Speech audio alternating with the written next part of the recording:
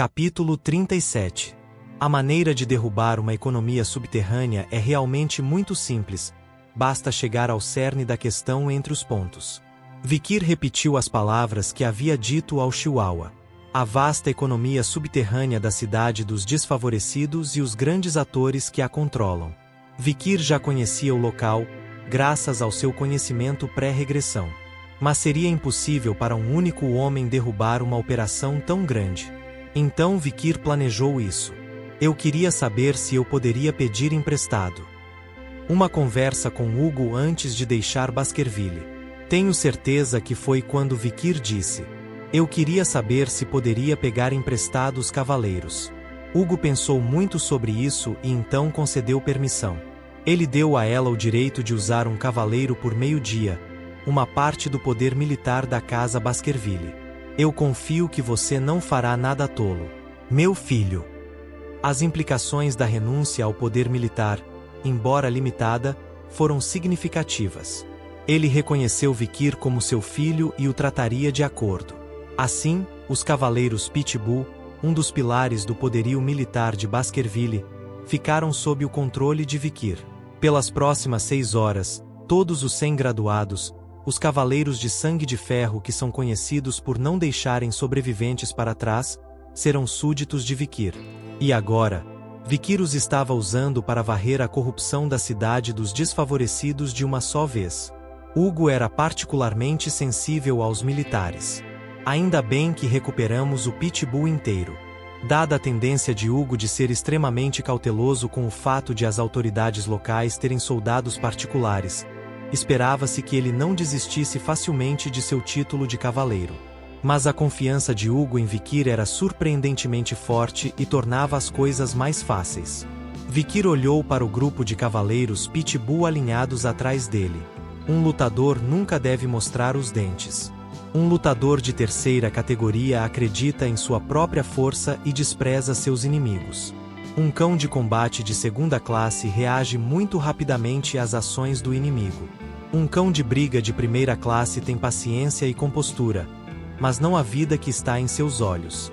E, finalmente, o auge do cão de briga é tão calmo quanto um objeto inanimado, sem reagir de forma alguma, por mais furioso ou ameaçador que o inimigo esteja. Virtude amadeirada. É como se tivessem sido esculpidos em uma árvore. Nesse sentido, os cavaleiros Pitbull são um grupo de lutadores muito disciplinados. Eles agora estavam atrás de Vikir como pedaços de madeira, esperando ordens.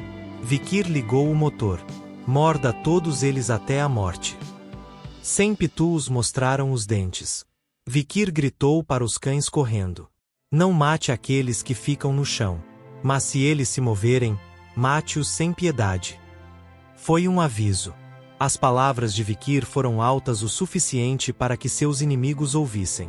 Aqueles que perderam a vontade de lutar rapidamente largaram as armas, caíram no chão e levantaram as mãos e os pés. A maioria, porém, não conseguiu. Me ajude! Enquanto ela gritava e se contorcia, sua cabeça foi decepada impiedosamente. Eu podia ver sua cabeça gorda rolando sob o casaco de pele manchado de vermelho. O homem de meia-idade em fuga é estripado no local. Homens, mulheres e crianças morriam enquanto fugiam ou gritavam. Isso não significa que aqueles que permaneceram no chão saíram ilesos. Vamos descer. Saltaremos quando estiver um pouco mais calmo. Várias pessoas deitaram-se de bruços no chão e levantaram as mãos e os pés. Era um sinal de que eles estavam esperando por algemas. Mas não carregamos algemas. Um cavaleiro Pitbull sorriu maliciosamente ao pisar na frente deles. Quando eles estavam prestes a perguntar o que iriam usar para amarrar as mãos e os pés, baque! A espada do cavaleiro Pitbull cortou seus membros, pulsos e tornozelos quebrados.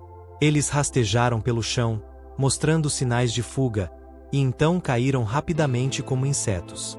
Os cavaleiros Pitbull, é claro, ficam completamente imperturbáveis e se lançam contra as outras presas em movimento. Enquanto isso, ao lado de Vikir, um homem de meia-idade, cabelos escuros, está parado com um charuto grosso na boca. Ele é um homem imponente com um triângulo invertido de músculos, queixo quadrado, bochechas encovadas, óculos escuros protegendo os olhos e cicatrizes por todo o rosto. Conde Les Baskervilles, Boston Terrier, pergunta a Vikir. Sobrinho, você está satisfeito? Sim, tio. Garanto. Se houver mais alguma coisa que eu possa fazer por você, é só dizer.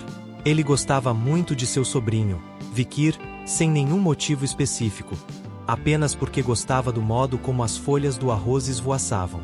O Boston Terrier percebeu que não faria mal nenhum ter um sobrinho que também fosse o favorito de seu mestre, Hugo. Vikir não se sentia mal por Boston Terrier, que não estava interessado em poder, honra ou batalhas políticas, mas puramente em sangue e luta. Só então, Chihuahua ao lado dele falou com a voz trêmula. Vossa Excelência. Mas você se importaria se eu cortasse seus pulsos e tornozelos assim, mesmo sendo nobres? Que diabos, eles estão prestes a ser executados de qualquer maneira, e as algemas não valem a pena, apenas certifique-se de que eles não possam escapar. Ao ouvir a resposta de Vikir, o Conde Boston Terrier riu com ainda mais satisfação. Sobrinho, você deve se juntar aos nossos cavaleiros Pitbull algum dia. Este tio irá criá-lo adequadamente. Vikir só pôde responder com um leve sorriso. Mais ou menos um minuto depois, os cavaleiros Pitbull invadiram e a situação acabou. Estava literalmente acabado. Todos os grandes vilões da cidade dos desfavorecidos foram mortos ou capturados. É claro que havia alguns que estavam ausentes casualmente, mas isso poderia ser facilmente rastreado até os livros e registros de contato de seus captores. Isso é a melhor coisa desde o pão fatiado. É tão perfeito. Chihuahua estremeceu de excitação ao observar os criminosos sendo levados à distância. A guerra ao crime foi repentinamente declarada e acabou com uma rapidez surpreendente. Agora teremos que limpar a bagunça, mas isso será moleza. Mesmo as famílias nativas que perderam seus filhos nada poderão dizer a respeito. O futuro da cidade dos desfavorecidos era claro, transparente e brilhante. Parabéns, ninguém se atreverá a falar contra Vikir agora, não é? Chihuahua pulou de alegria. Mas Vikir, aquele que deveria ter ouvido isso, já havia partido há muito tempo. Eu acho que foi por aí. Vikir já havia retornado aos fundos da casa de leilões. A matança ainda estava acontecendo em frente ao palco do outro lado. A essa altura, Vikir havia passado despercebido pelos fundos e chegado ao armazém onde os itens do leilão estavam sendo armazenados. O armazém estava repleto de tesouros de ouro e prata. Tudo pago em dinheiro pelos nobres que visitam a cidade. A receita fiscal deve ser boa. Tudo isso seria acrescentado ao tesouro da cidade e os cofres dos Baskervilles seriam ainda mais fortes. Não gostei da ideia de Hugo estar feliz, mas isso não importava agora, então deixei passar. Vikir vasculhou o armazém por um tempo. Pilhas de notas e livros. Ele decidiu manter todos eles, pois seriam evidências valiosas em seus futuros ataques. Mas havia outra coisa que ele realmente buscava. Vikir pegou um pano branco pendurado em um canto do armazém e o abriu. E aí estava. O que Vikir viu não foi o que procurava, mas algo completamente diferente. Uma jaula e uma garota bárbara presa nela. A mesma garota que estava atacando ferozmente momentos antes, encolhida no canto da jaula.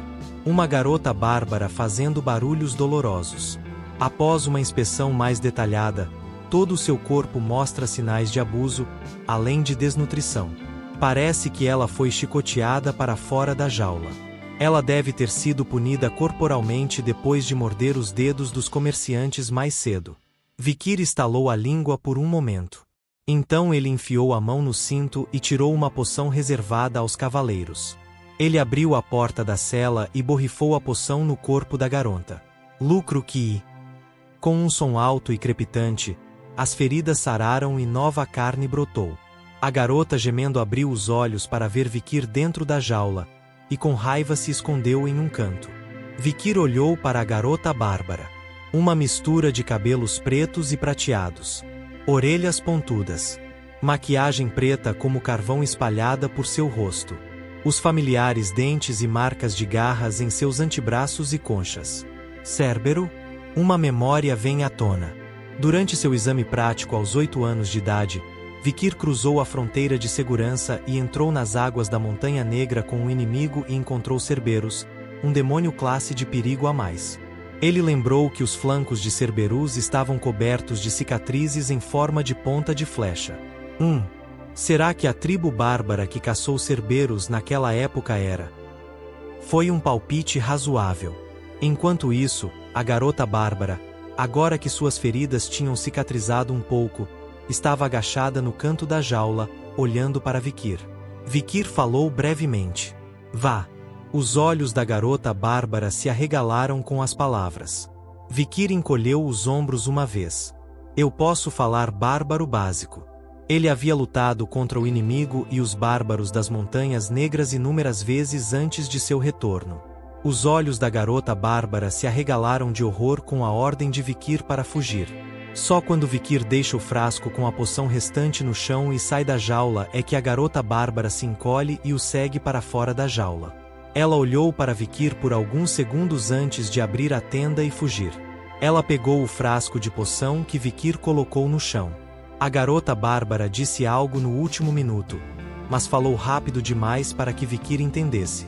Agora, vamos encontrar o que você realmente deseja. Vikir virou-se e voltou ao seu trabalho. Tesouros de ouro e prata, notas e livros, talões de cheques, antiguidades, arte.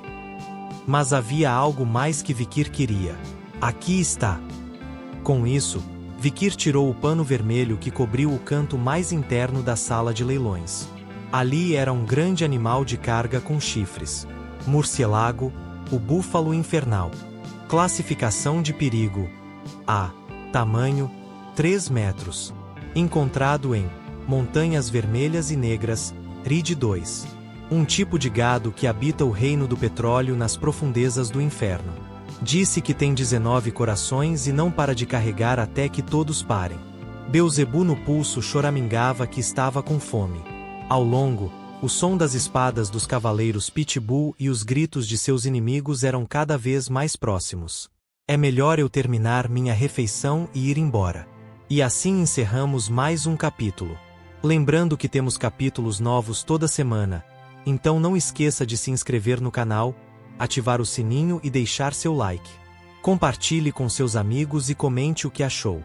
Obrigado por nos acompanhar, e até o próximo capítulo.